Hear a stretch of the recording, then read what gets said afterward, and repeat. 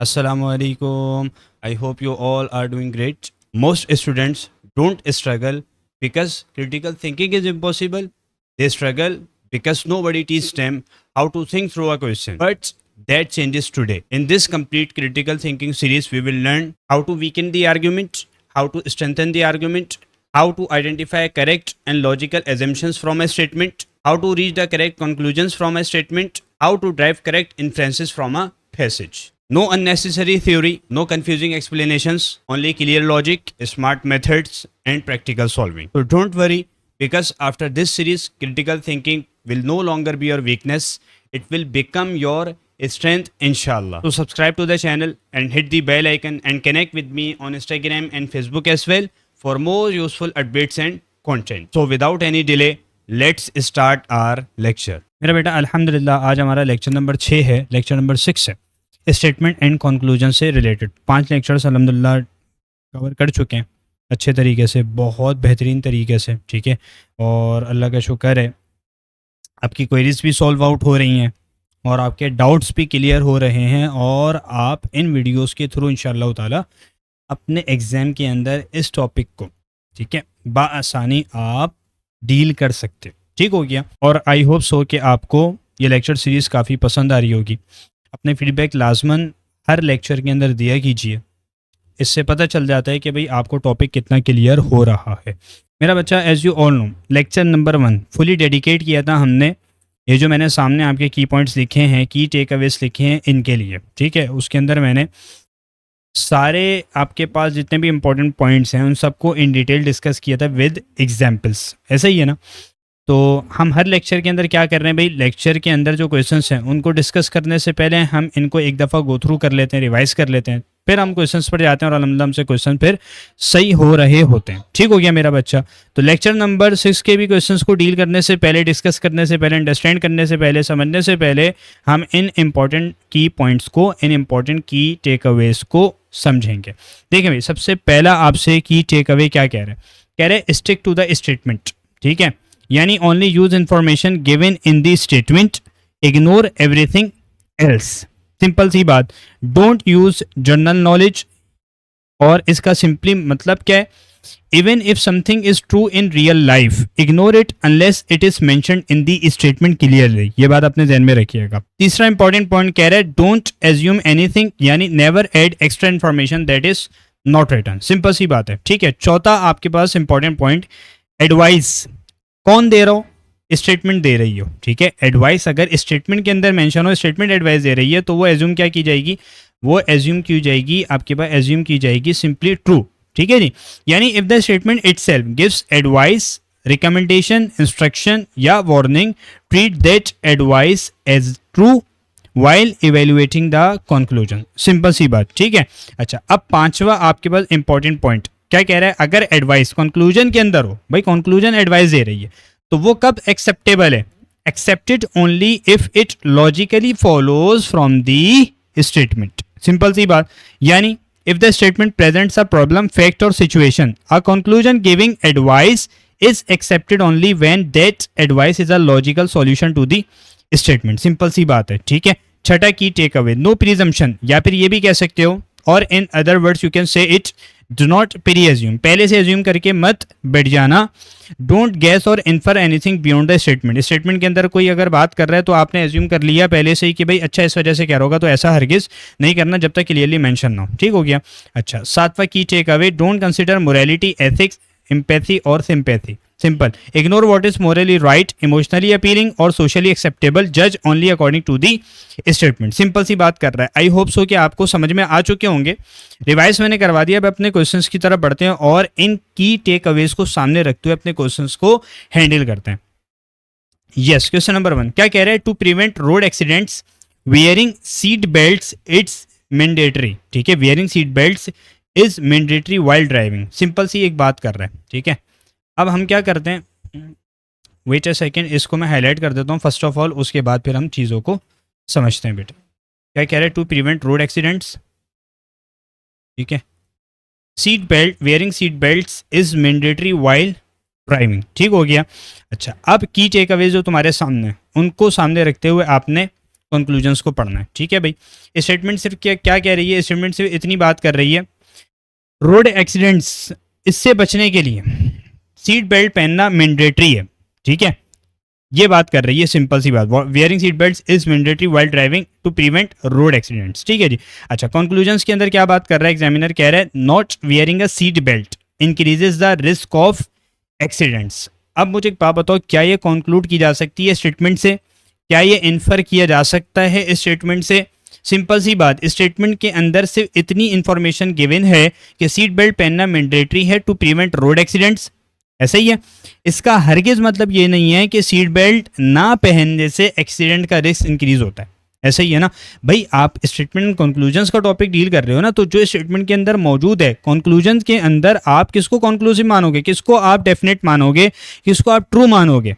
भाई जो इन्फर हो रहा होगा, जो कंक्लूड हो रहा होगा स्टेटमेंट से, वो कंक्लूजन फॉलो होगा, अदरवाइज नहीं हो सकता। मैंने बोला ना, डोंट यूज जनरल नॉलेज, और आपने स्ट्रिक्ट टू द स्टेटमेंट रहना, ठीक है, डोंट एज्यूम एनीथिंग, ठीक है, डोंट प्री एज्यूम, सिंपल सी बात।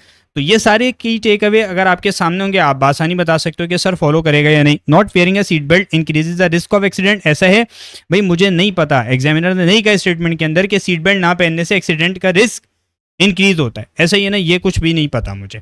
अब मेरा बच्चा देखो, जो उसने ऊपर बात की है ना एग्जामिनर ने स्टेटमेंट में, तो उसका मतलब हो सकता है कि भाई गवर्नमेंट से प्रिकॉशन के लिए मैंडेटरी कर रही हो, ठीक है, हो सकता है पॉलिसी अवेयरनेस क्रिएट करने के लिए कह रही हो, ठीक है, सेफ्टी स्टैंडर्ड्स फॉलो करने के लिए मैंडेटरी हो, इंटरनेशनल ट्रैफिक रूल्स एडप्ट किए गए हों, या लीगल कंप्लायंस के लिए मैंडेटरी हो, या फिर एक्सीडेंट रिस्क भी इंक्रीज होता हो, ठीक है भाई। हो सकता है इस वजह से आपको कह रही है कि मैंडेटरी कर दी है कि इससे हो सकता है एक्सीडेंट का रिस्क भी बढ़ जाता हो, ठीक है, ये भी एक पॉसिबिलिटी हो सकती है, लेकिन इसके अलावा और भी बहुत सारी हो सकती हैं, ऐसे ही है ना, इसके अलावा और भी बहुत सारी हो सकती हैं। तो स्टेटमेंट ने एग्जैक्ट रीजन नहीं बताया, तो मैं क्या करूंगा, मैं इसको फॉलो नहीं करूंगा। बात क्लियर हो रही है बेटे, बात क्लियर हो रही है, बोलें यस और नो, ठीक हो गया? लाजमन मुझे बताइएगा कि सर क्लियर हो रहा है, अल्हम्दुलिल्लाह। देखें conclusion number 2, seat belts completely eliminate the chances of accidents, ऐसा है क्या?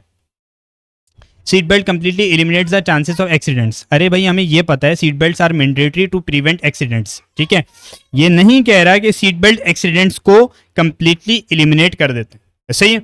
हो सकता है सीट बेल्ट्स एक्सीडेंट का रिस्क कम कर दें, इंजरीज कम कर दें, कुछ एक्सीडेंट्स प्रिवेंट हो, ठीक है, या फिर कुछ एक्सीडेंट्स मेरा बच्चा फिर भी हो सकते हैं, ठीक हो गया? बोलो हाँ के ना। तो कंप्लीट एलिमिनेशन इसकी गारंटी नहीं है, रिजल्ट की कोई गारंटी नहीं है, सिंपल सी बात। तो आपने क्या कर दिया, इसको आपने निगलेक्ट कर दिया। आप सिंपल तरीके से क्या कहेंगे, आप कहेंगे कि भाई इफ नीदर वन, ठीक है, नॉर टू फॉलोस, ठीक हो गया? आई होप सो के क्लियर हो गया होगा। Moving on to our next question.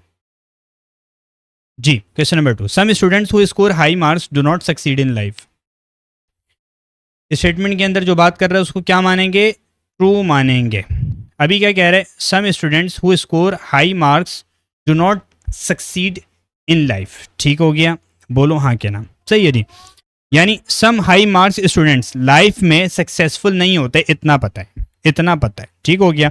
अब कंक्लूजन नंबर 1 क्या कह रहे हैं एग्जामिनर, कह रहे हैं high academic performance doesn't guarantee success in life. देखो यही तो ऊपर कह रहा था स्टेटमेंट के अंदर एग्जामिनर, ये तो कह रहे हैं some students who score high marks do not succeed in life, यानी गारंटीड नहीं है कि अच्छे स्कोर आएंगे, अच्छा मार्क्स आएंगे एग्जाम के अंदर। अच्छे मार्क्स अगर एग्जाम में आते हैं तो ये ज़रूरी नहीं है कि आप सक्सेसफुल भी हो सको लाइफ में, ऐसे ही है ना, यही तो वो कह रहे हैं। तो high academic performance doesn't guarantee success in life, stick to the statement. मेरा बच्चा जो स्टेटमेंट में बात कर रहा है कंक्लूजन को उससे उसके ऊपर से देखना है, गुजार के देखना है कि भाई क्या ये आपके पास कंक्लूड किया जा सकता है, इन्फर हो सकता है या नहीं, ठीक है? देखिए स्टेटमेंट में क्या कह रहा था, सम स्टूडेंट्स हाई मार्क्स लेते हैं, कुछ स्टूडेंट ऐसे हैं भाई जो हाई मार्क्स लेते हैं लेकिन लाइफ में सक्सेसफुल नहीं होते, ठीक है? तो भाई इसका मतलब सिंपल सा है, अगर कुछ हाई मार्क्स स्टूडेंट्स सक्सेसफुल नहीं होते तो सिंपली इसका मतलब क्या कंक्लूड किया जा सकता है इस स्टेटमेंट से कि हाई मार्क्स सक्सेस की गारंटी नहीं है। बात क्लियर हो गई है?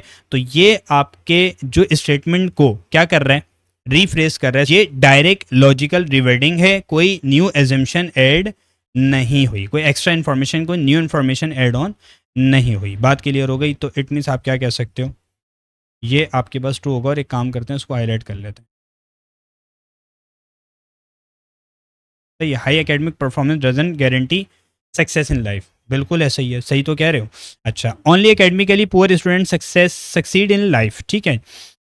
अच्छा देखो भाई क्या कह रहे हैं, कह रहे हैं कि भाई only academically poor student succeed in life. Simple सी बात देखें, ऊपर क्या कह रहा है, some student who score high marks do not succeed in life. बस स्टेटमेंट के अंदर एग्जामिनर ये नहीं कह रहा कि सिर्फ एकेडमिकली पुअर स्टूडेंट्स ही सक्सेसफुल होते हैं, ऐसे ही है ना भाई। हो सकता है बहुत से हाई मार्क स्टूडेंट्स सक्सेसफुल होते हैं, ठीक है जी, तो ये आपके पास हो सकती है पॉसिबिलिटी, ठीक हो गया भाई। कुछ एवरेज स्टूडेंट भी सक्सेसफुल हो सकते हैं, हो सकता है कि कुछ लो मार्क स्टूडेंट्स भी सक्सेसफुल हों, ठीक है।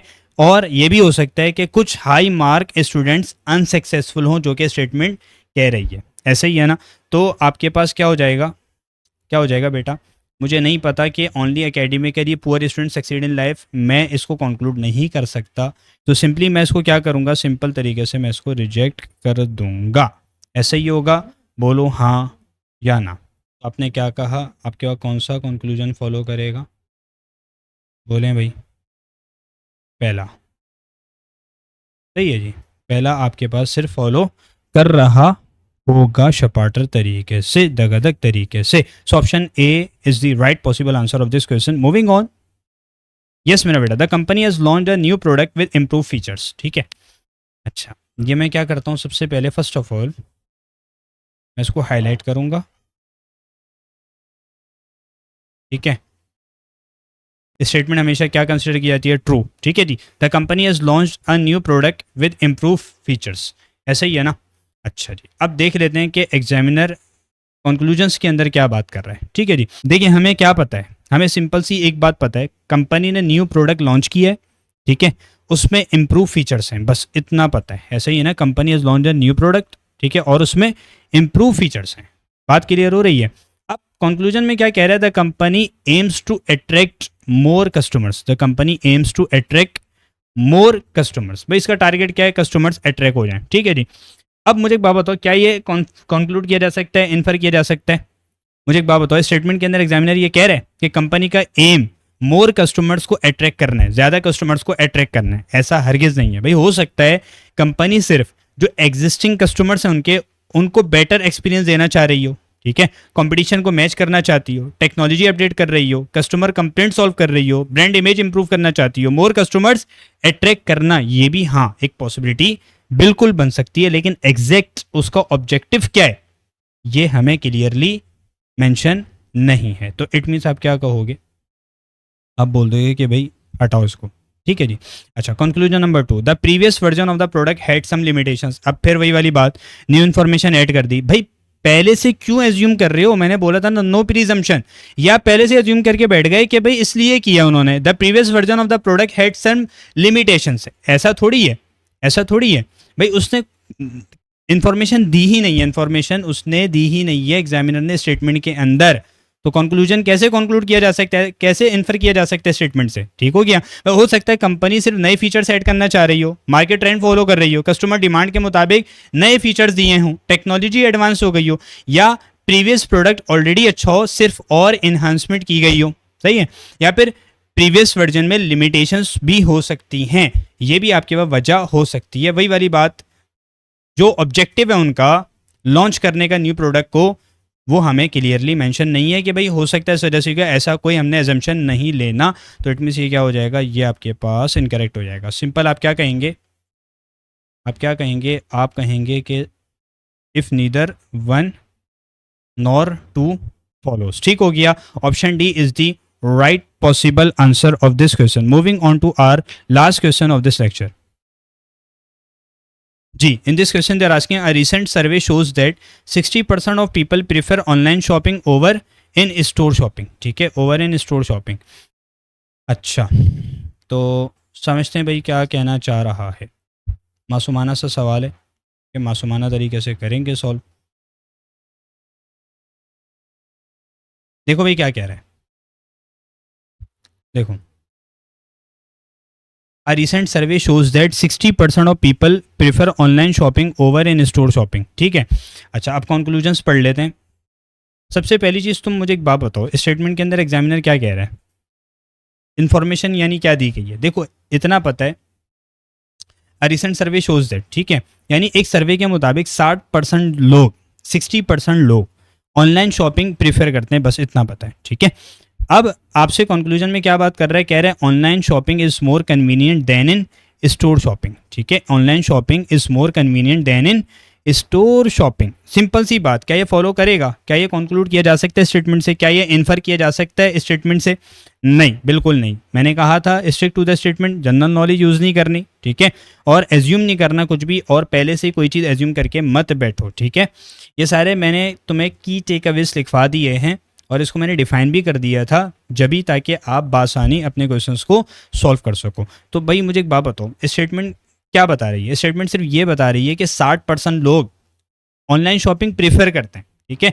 अब एग्जामिनर क्या कह रहा है, कह रहा है कि ऑनलाइन शॉपिंग क्या है, online shopping is more convenient than in store shopping, ठीक है। तो ऐसा हरगिज़ नहीं है भाई, हो सकता है लोग डिस्काउंट्स की वजह से ऑनलाइन शॉपिंग प्रेफर करते हो, ठीक है, वैरायटी ज़्यादा होने की वजह से प्रेफर करते हो, होम डिलीवरी की वजह से प्रेफर करते हो, टाइम बचाने की वजह से प्रेफर करते हो, या फिर ये भी हो सकता है कि कन्वीनियंस की वजह से प्रेफर करते हो। एग्जैक्ट रीज़न हमें नहीं बताया गया, तो इट मीन्स ये क्या कंसिडर होगा, ये आपका इनकरेक्ट होगा, ठीक है, निगलेक्ट कर दोगे, रिजेक्ट कर दोगे, सिंपल सी बात। Conclusion number 2, the majority of people find online shopping beneficial, सही है ना, क्या कह रहे हैं, the majority of people find online shopping beneficial. अब फिर वही वाली बात, आप इसके अंदर एक्स्ट्रा इन्फॉर्मेशन ऐड नहीं कर सकते, बस इतना पता है, a recent survey shows that 60% of people prefer online shopping over in store shopping, ठीक हो गया। अब बेनिफिशियल है या नहीं, इसके बारे में कुछ पता है, बोलो भाई, इसके बारे में मुझे नहीं इन्फॉर्मेशन दी गई कि दे फाइंड इट बेनिफिशियल और नॉट, ठीक है।